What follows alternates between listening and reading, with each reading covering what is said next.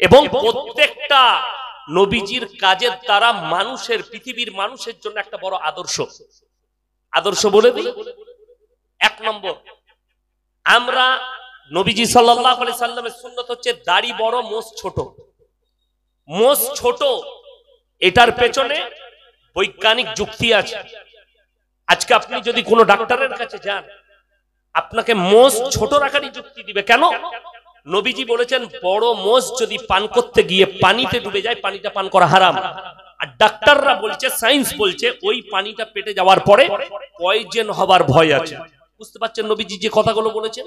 নবীজি সাল্লাল্লাহু আলাইহি সাল্লাম বললেন তোমরা নখ ছোট রাখবে। আজকে পৃথিবীর যতগুলো ডাক্তারের কাছে যাবেন তারা সবাই নিজেরাও নখ ছোট রাখে, অপরকেও বলে নখ ছোট রাখো। কাদের নখ বড় হবে? অভদ্রদের। একটা মুসলিম সমাজে অভদ্র ছেলে আপনি রাস্তায় দেখলে চিনতে পারবেন। আমি পলাশিতে দাঁড়িয়েছিলাম কিছু সবজি কেনার জন্য, তো যে ছেলেটা আমার গাড়িতে মাল তুলে দিল তার নাম জিজ্ঞেস করলাম, কি রে? বলে অমুক শেখ, শেখ অমুক। সে দেখছি কানটা ফুটো করে বেচারা বালি পড়েছে একটা কানে। আমি বললাম কিছু খাও? বলে কি? আমরা গাঁজা মদ কিছু খাস? বলে না হুজুর কিছু খাই না। আমরা তো তোর কানের বালি দেখে তো তাই মনে হচ্ছে। আমি বললাম এটা খুলে দিবে। মুসলমানদের জানা দরকার আজকে পৃথিবীতে কিয়ামতের আলামতের মধ্যে বড় আলামত রাসূল আকরাম সাল্লাল্লাহু আলাইহি সাল্লামের আগের জামানায় যে বর্বরতার যুগ ছিল, সেইগুলোই আজকে মডেলিং বলে ফিরে আসছে আমাদের কাছে। মডেলিং, আপনি অবাক হবেন। সমকামী এই নবীজির যুগের পাপ নয়। সমকামী পাপটা হচ্ছে হযরতে লূত নবীর কওমের পাপ, সেই যুগের পাপ। আজকে কিন্তু মডেলিং হয়ে ফিরে এসেছে। আর আমি অনুরোধ করব, পশ্চিম বাংলায় সব থেকে বেশি মুসলিম যুবক যুবতী যারা সমকামীতে লিপ্ত হয়েছে, তিনটে জেলার মারাত্মক: মালদা, মুর্শিদাবাদ, নদিয়া। আমার কাছে প্রুফ আছে। আমি কয়েকটা কলেজের ছেলের সঙ্গে বৈঠক করেছি, কোথায় করেছি বলবো না। তারা আমাকে প্রুফ দেখিয়েছে যে মুর্শিদাবাদে বেলনাগার দেখুন, এই এই গ্রামের ছেলেরা, তাদের সব নাম উঠছে, লোকেশন উঠছে। এই গ্রামের একটা আছে, এখানের একটা আছে, মির্জাপুরের আছে, অমুক জায়গার আছে, জানকীনগরের আছে,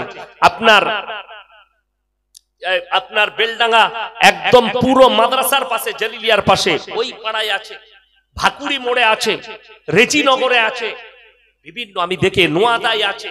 কি সমকামী? কারা? মুসলিম যুবকরা। কোথা থেকে এলো?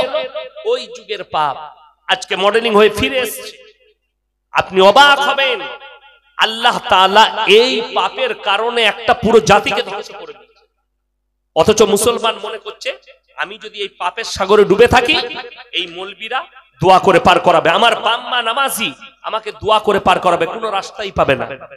যদি মনে হয় আমার বাপ তাহাজ্জুদ গুজার, আমার বাপ হাজী সাহেব, আমি যতই পাপ করি আমার বাম্মায়ের দোয়ায় পেরিয়ে যাব, তো জেনে রেখে দিবে কোরআনে আল্লাহ লাকির টেনে দিয়েছে, হযরতে নূহ নবী আর লূত নবী দুজনের বিবি জাহান্নামে যাবে, তারা রুখতে পারবে, তারা আটকাতে পারবে না।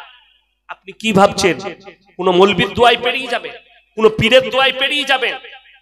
তোমার পীর কিভাবে পেরুবে সেই পীরকে জিজ্ঞেস করো। তোমার মৌলবী কিভাবে পেরুবে তাকে জিজ্ঞেস করো। তুমি পাপের সাগরে ডুবে থেকে মৌলবীর দোহাই দিয়ে, বাপের দোহাই দিয়ে, মায়ের দোহাই দিয়ে পেরিয়ে যাবে, রাস্তা নাই।